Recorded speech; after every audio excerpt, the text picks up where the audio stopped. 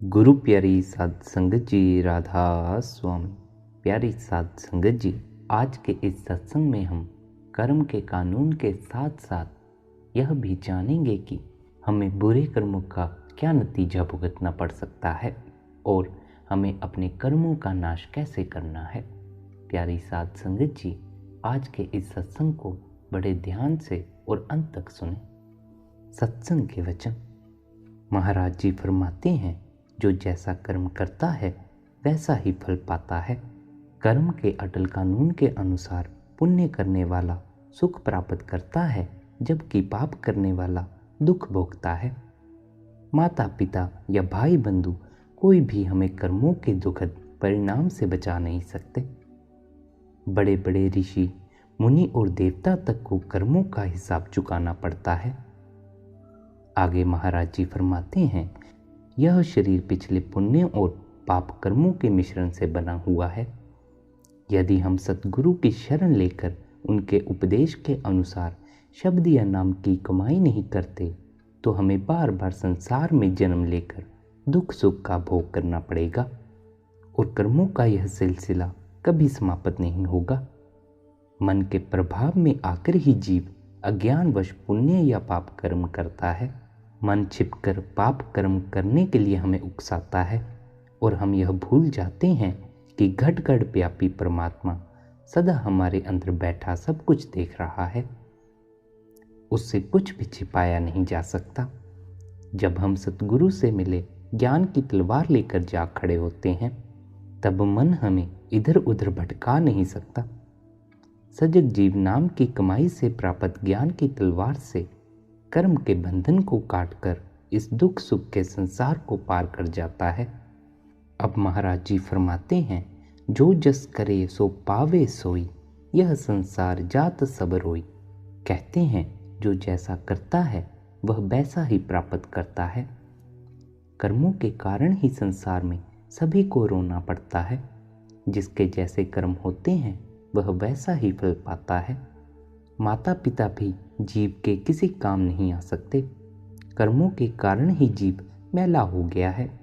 सच्चे नाम के बिना अंतर में स्थित परमात्मा भी धुंधला पड़ जाता है और नजर नहीं आता। हमारी सारी मैल सतगुरु के प्रेम रूपी पारस के द्वारा समाप्त हो सकती है।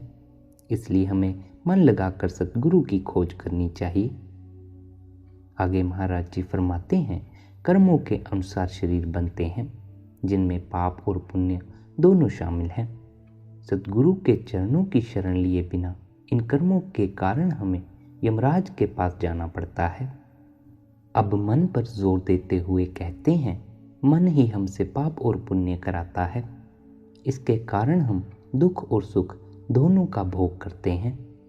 पुण्यों के फल से शरीर को सुख मिलता है, जबकि पापों के कारण कठिन दुख और पीड़ा को भोगना पड़ता है। इन पाप और पुण्य कर्मों के कारण ही जीव अनेक योनियों में भटके हुए संसार में घूमता फिरता रहता है। इसलिए हमें सतगुरु के दिए सच्चे ज्ञान के अनुसार अभ्यास करना चाहिए, ताकि हम अविनाशी सतलोक को जा सकें। महाराज जी फरमाते हैं, हमें दूसरों का बुरा नहीं करना चाहिए। यदि हम विष रूपी विषयों के कारण दूसरों के लिए कांटा बोते हैं, तो समय पाकर वही हमारे लिए घोर कष्टदायक बनकर आ जाते हैं और बाद में हमें ही पछताना पड़ता है। कहते हैं, क्योंकि जो विष बोता है उसे तो विष ही लिपटता है। फिर महाराज जी कहते हैं, जो जीव हत्या करता है और मांस मदिरा का सेवन करता है, वह 84 लाख योनियों के संसार में बार बार जन्म लेता रहता है। यदि कोई किसी का खून करता है तो वह भी उसका खून करेगा। इस प्रकार जीव जैसा बीज बोता है वैसा ही बदले में पाने के लिए भटकता है। अपने किए हुए कर्मों का भुगतान किए बिना कोई भी इस संसार से जा नहीं सकता। कर्म का फल उसे संसार में भटकाता रहता है। कर्मों का भुगतान देने से कोई भी जीव नहीं बच सकता। भले ही कोई 7 द्वीप और 9 खंडों वाली इस संपूर्ण रचना में कहीं भी भागकर क्यों न चला जाए। आगे कहते हैं, स्थूल सूक्ष्म और कारण रचना वाली यह संपूर्ण त्रिलोकी जो ब्रह्मा विष्णु और शिव के अधीन है, उन्होंने भी अपने कर्मों का भुगतान दिया है। राम और कृष्ण से बढ़कर किसे कह सकते हैं? उन्हें भी किसी की हत्या करने के बदले में वैसा ही फल प्राप्त हुआ है। गुणी ज्ञानी देवता, मनुष्य और मुनिजन सभी यही बताते आए हैं कि जन्म, मृत्यु, धन, घर और मिलाप, रोग और दोष, विपत्ति और वियोग जो भी हमारे कर्मों के अनुसार निर्धारित होता है, विधाता हमें वही फल देता है। आगे महाराज जी फरमाते हैं कि अज्ञान से निकलकर हमें सच्चाई की खोज करनी चाहिए। अंत में हमारे अपने किए हुए अच्छे और बुरे कर्म हमारे सामने खड़े हो जाते हैं। अतः संसार में सोच समझ कर ही कदम रखना चाहिए। यदि हम फटी पुरानी गुदड़ी पहनते हैं तो इस दिखावे को तो केवल दुनिया देखती है, पर हमें तो अपने अंतर में अपनी आंख से प्रभु प्रेम के रस को पीना है, जिससे अंत में विपत्तियों के सागर यानी नरक में न डूबना पड़े। फिर महाराज जी फरमाते हैं कि यह जानते हुए भी कि परमात्मा सब कुछ जानता है, जीव चतुराई पूर्वक परमात्मा से अपनी करतूतें छिपाता फिरता है। जिस प्रभु से हम अपने कर्म छिपाते फिरते हैं, वह प्रभु तो हमारे हृदय के अंदर ही अपना निवास बनाकर बैठा हुआ है और अंदर से सब कुछ देखता रहता है। फिर कहते हैं कि अगर तुझे काल के आक्रमण से बचना है तो सतगुरु से जाकर मिलो, नहीं तो तुझ पर काल का भारी आक्रमण होने वाला है। आप कहते हैं कि भय को नष्ट करने वाला प्रभु का भजन करो, जिनके नाम के सरोवर में स्नान करने से सारे कर्मों की मैल नष्ट हो जाती है। आगे आप फरमाते हैं, हमें परमात्मा को दोष नहीं देना चाहिए, क्योंकि हम संसार में जो भोगते हैं अपनी की हुई करनी के कारण भोगते हैं। शरीर रूपी किले के अंदर इस किले का स्वामी आत्मा रूपी राजा है, जो अपने सारे काम साध लेना चाहता है। लेकिन जब आत्मा रूपी राजा का ध्यान अंतर न रहकर बाहर के दूसरे विषयों में लग जाता है, तो इस किले पर मन की मति आकर अपना अधिकार जमा लेती है, जिसके कारण जीव कलयुग के प्रभाव से काम वासना रूपी बुरे कर्म करता है और कर्मों की गठरी अपने साथ बांध लेता है। इस प्रकार जब उसके सिर पर कर्मों का भारी बोझ हो जाता है, तो वह संसार रूपी सागर की बीच धारा में डूब जाता है। फिर कर्मों के अनुसार प्रत्येक जीव को कर वसूलने वाले यमदूतों द्वारा दिए गए कष्टों को झेलना पड़ता है। बुरे कर्मों की गठड़ी सिर पर होने के कारण इन यमदूतों का सामना कौन करे? फिर आप फरमाते हैं कि जीवात्मा को सतगुरु से ज्ञान रूपी तलवार लेकर सचेत हो जाना चाहिए और उस तलवार से कर्मों के सारे बंधन काट देने चाहिए। जब सतगुरु की ज्ञान रूपी तलवार से कर्मों के बंधन कट जाते हैं, तब जीव शरीर रूपी किले पर रात दिन जागता रहता है और इस किले के 9 द्वारों से ऊपर उठकर 10वीं खिड़की अर्थात तीसरे तिल में अपने ध्यान को केंद्रित करके रखवाली करने लगता है। इस प्रकार जब वह जाग जाता है और कभी असावधान नहीं होता, तब भला कोई चोर इस शरीर रूपी किले में कैसे चोरी कर सकता है? जीवात्मा किले में प्रवेश करके खोज करते करते वहां आकाश में उस स्थान पर पहुंच जाती है जहां आंतरिक आकाश के किले की श्वेत पताका लहरा रही होती है। जब उस किले पर पहुंचकर जीवात्मा ने रात दिन शब्द की निरंतर गर्जना में लिव लगाए रखी, तो वह किले को जीतकर छत्रपति शासक बन गई। तब कोई भी उस पर विजय नहीं पा सकता। अंतर में सभी इसकी आज्ञा में रहते हैं। आप फरमाते हैं, शब्द के अभ्यास के द्वारा जीव के सारे व्यर्थ के बंधन छूट जाते हैं। अब आप बुरे कर्मों के नतीजे के बारे में फरमाते हुए कहते हैं, लोक परलोक का पूरा हाल जानने वाले संत दुष्कर्मों के भयानक परिणाम की ओर हमारा ध्यान दिलाकर हमें उनसे बचे रहने के लिए चेतावनी देते हैं।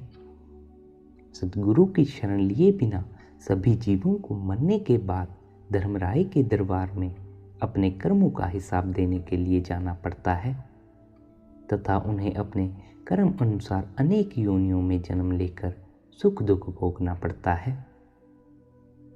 पापियों के सिर पर कोड़ों की मार पड़ती है और उन्हें निर्दयता पूर्वक तपशिला पर तपाया जाता है।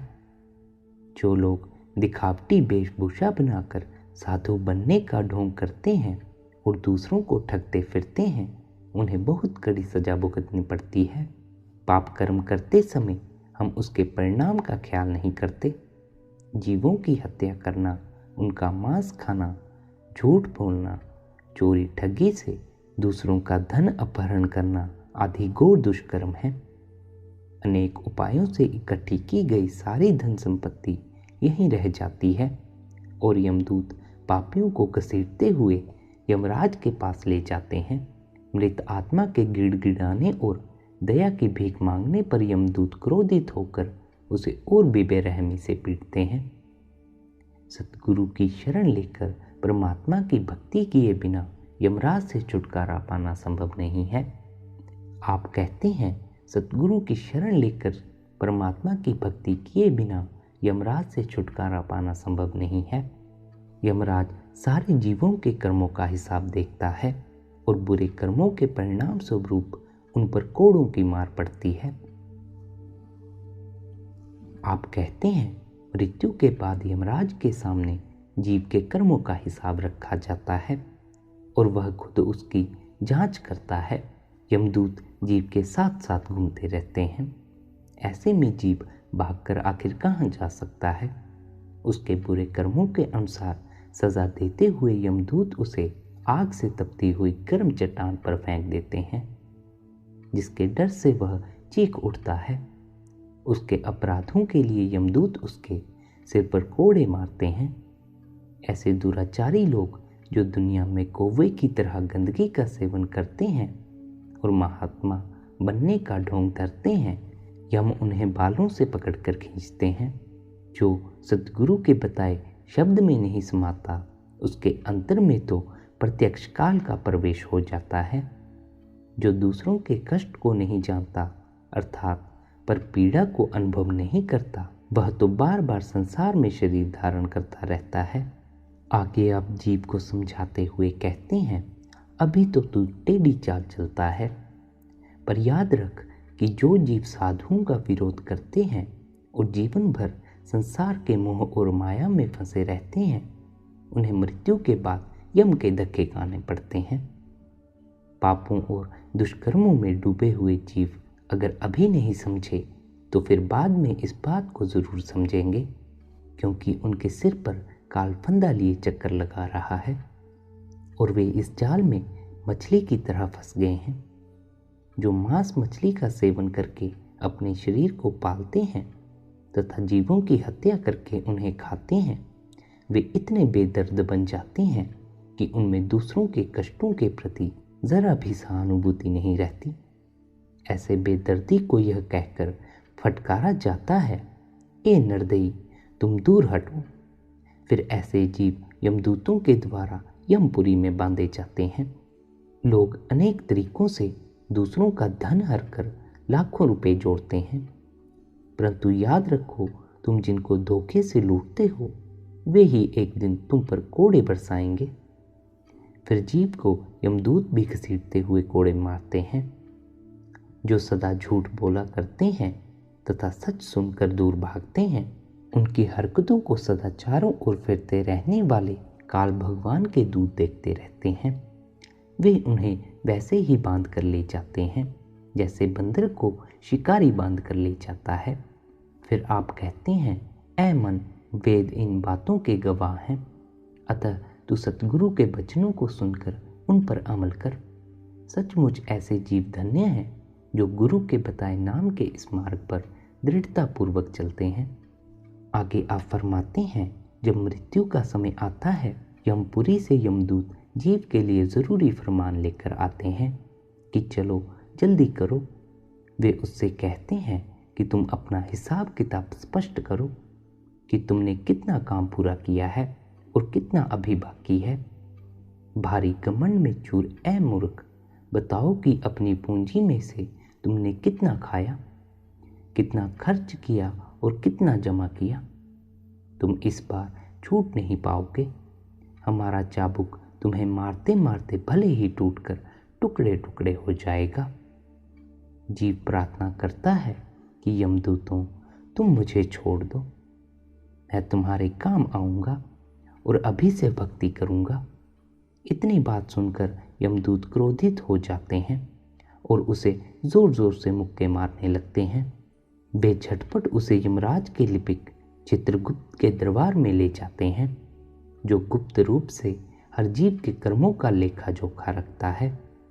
इस प्रकार उसका महल, खजाना और घोड़े सभी कुछ पीछे छूट जाता है। वह तो गर्दन घुमाकर पीछे देख भी नहीं सकता। उसकी मृत्यु पर उसकी रानी और बहुत से नौकर सिर पीट पीट कर रोते हैं। उसने जो सुख साधन संसार में इकट्ठे किए थे और धोखाधड़ी से जो धन प्राप्त किया था, उन सब पर उसका अधिकार छूट जाता है। परमात्मा की भक्ति के बिना उसे यमराज का गुलाम बनना पड़ता है। आगे आप फरमाते हैं, तीर्थ और व्रत करने से हमारे पाप नष्ट नहीं होते, फिर भी लोग दूर दूर जाकर ऐसे धंधों में लगकर कर्मों से बनते रहते हैं।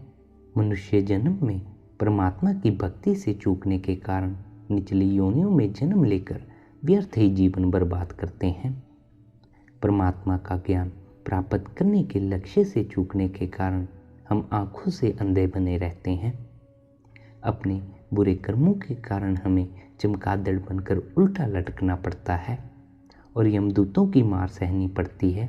फिर संसार में चौपाई बेल के रूप में जन्म मिलता है, जहां हमें रहट घुमाने के लिए जोता जाता है।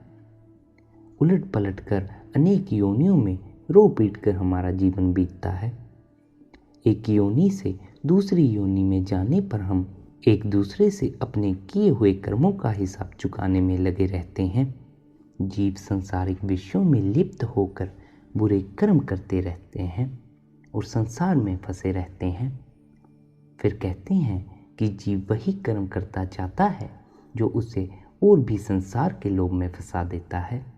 इस प्रकार काल इस 84 लाख योनियों के फंदे में हमारे प्राणों का नाश किया करता है। प्रत्येक जन्म में हम जो कर्म करते हैं वे हमारे साथ लगे रहते हैं और हम अभागे जीव उन कर्मों के अनुसार बार बार शरीर धारण करके मर जाते हैं। यदि हम मांस मछली खाकर अपने शरीर का पोषण करते हैं और कभी एक दिन का भी नागा नहीं होने देते, तो हमने जहाँ जहाँ जीवों की हत्या की होती है वे सभी जीव कर्मफल के नियम के अनुसार हमसे भी वैसा ही धोखा करते हैं। फिर आप कहते हैं हमें गुरु के बताए नाम मार्ग का ज्ञान नहीं है, बल्कि हम तो झूठी बातों में रमे हुए हैं। हम तो माया के साथ ऐसी मजबूत गांठ बांधकर बंधे हुए हैं जैसे पशु मोहरी से बंधा होता है। हम साधुओं के सत्संग में नहीं जाते, माया के ही साथ रहते हैं। इस प्रकार हम अपनी कबुद्धि के कारण पागल ही बने हुए हैं। अब आप कर्मों का नाश करने का तरीका बताते हुए फरमाते हैं, अनंत काल से अनेक जीवन धारण कर हम कर्म करते आ रहे हैं। इस प्रकार हमने कर्मों का पहाड़ खड़ा कर लिया है। कर्मों के इस पहाड़ को केवल सतगुरु के दिए ज्ञान की छेनी से ही काटा जा सकता है।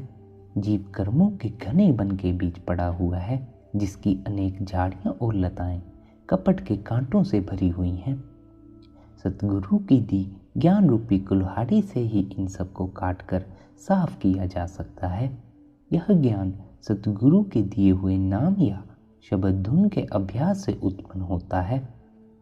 संत सतगुरु का दिया हुआ नाम कभी भी व्यर्थ नहीं जाता। आगे आप कहते हैं, सतगुरु के नाम की शीतलता कर्मों के ताप को मिटा देती है और आत्मा निर्मल होकर दिव्य प्रकाश और मधुर शब्द धुन से भरे आंतरिक मंडलों में चली जाती है। आत्मा का अपना प्रकाश 16 सूर्यों के बराबर हो जाता है। इस प्रकार सतगुरु की दया और शब्द की साधना द्वारा आत्मा आंतरिक गगन के अलौकिक सुखों का अनुभव करते हुए काल की सीमा को पार कर अपने अनुपम आनंद धाम में पहुंच जाती है। आगे आप फरमाते हैं, सज्जन पुरुषों को मालूम है कि जैसे स्नान करने से शरीर की बाहरी मैल उतरती है, उसी प्रकार सतगुरु से प्रेम करने से हमारी पापों की मैल नष्ट हो जाती है।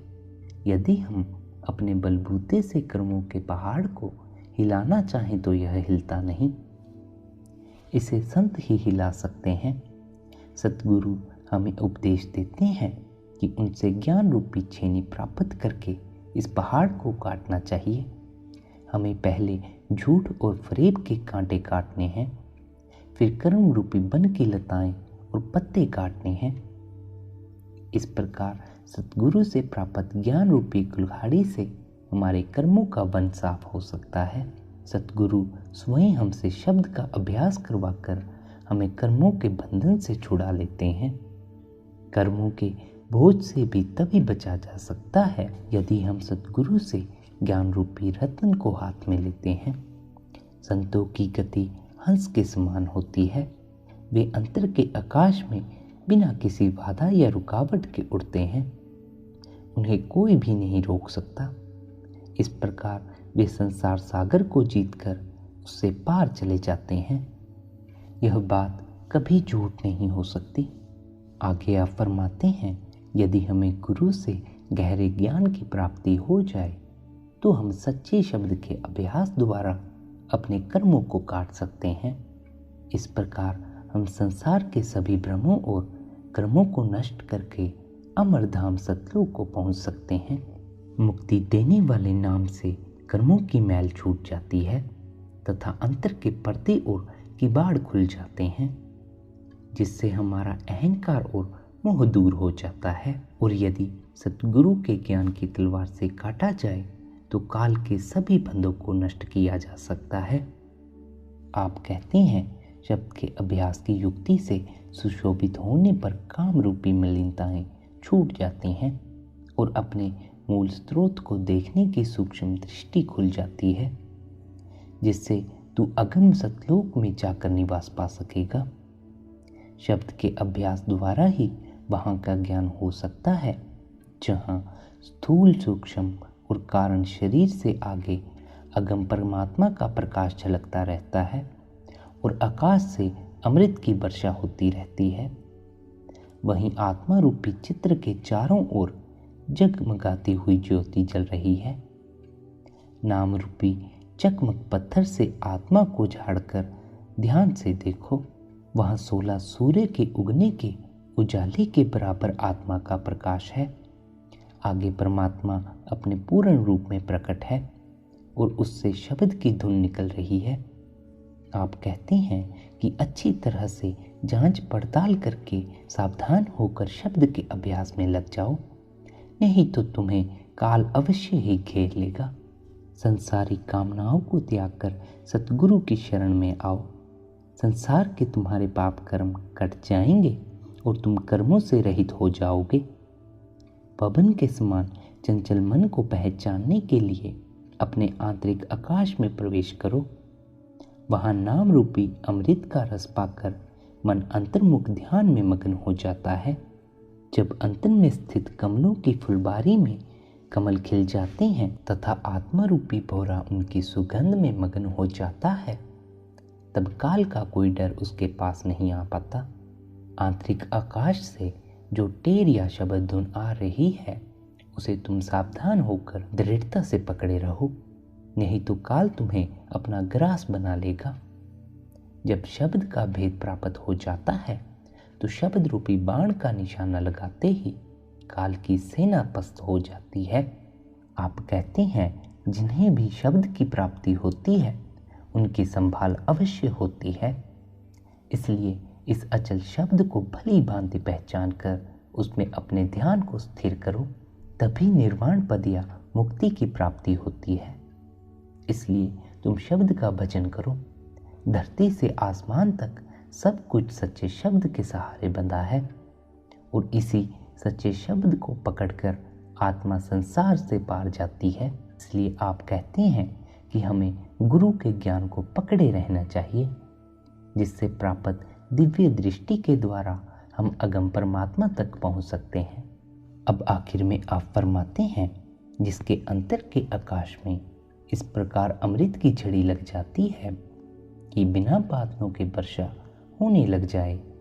सुषुम्ना में पहुंचकर जिसके अंतर में शब्द को सुनने की शक्ति पूर्ण रूप से जागृत हो जाती है, जिसके अंतर में अजपा जाप चलने लग जाता है, अर्थात जो रात दिन अपने आप निरंतर चलते रहने वाले सुमरन की अवस्था में पहुंच जाता है और जो संसार से अनासक्त हो जाता है, उस सौभाग्यशाली भक्त को आत्मा के उस मूल अकह धाम का पता चल जाता है और वह वहाँ के मूल तत्व के ध्यान में मगन रहता है। वह भाग्यशाली भक्त पारब्रह्म में स्थित अष्टदल कमल में पहुंचकर नाम के निर्मल रस में पक जाता है। यहाँ पर पहुंचने के लिए अनुरागी जीव पहले दाने के समान सूक्ष्म दरवाजे या तीसरे दिल की खोज कर उसमें प्रवेश करता है। अभ्यासी को पहले प्रेम पूर्वक उसी की खोज करनी चाहिए। जो वर्णात्मक शब्दों को जोड़कर बनाए गए रागों को गाते हैं, उन्हें रागी कहा जाता है, विरागी या संत नहीं। जो कभी भी इन भौतिक आंखों से दिखाई न देने वाले परमात्मा को देख लेता है और आंतरिक पलक को उगाकर अंतर का अनुभव प्राप्त कर लेता है, उसे ही संसार से अनासक्त संत कहते हैं। जब साधक का मन बाहर के गीतों और किताबों को सुनते सुनते थक जाता है, उसका जी भर जाता है, तब वह संसारिक विषय वासनाओं को त्याग देता है। मृतक को जीवन देने की क्षमता रखने वाले शब्द रूपी पारस के स्पर्श से ही उसकी जलन शांत हो जाती है। इसलिए यहाँ वहाँ किसी से कुछ कहने या मांगने से कोई बात नहीं बनती। आप कहते हैं कि यह केवल सतगुरु की ही महिमा है कि वे करुण रूपी मैल का दाग मिटा देते हैं। प्यारी साध संगत जी, जैसा कि आपने इस सत्संग के माध्यम से हमें शब्द धुन सुनने का उपदेश दिया है, तो हमें भी चाहिए कि हम आपके उपदेश अनुसार अमल कर अपने निज घर लौट चलें। राधा स्वामी जी।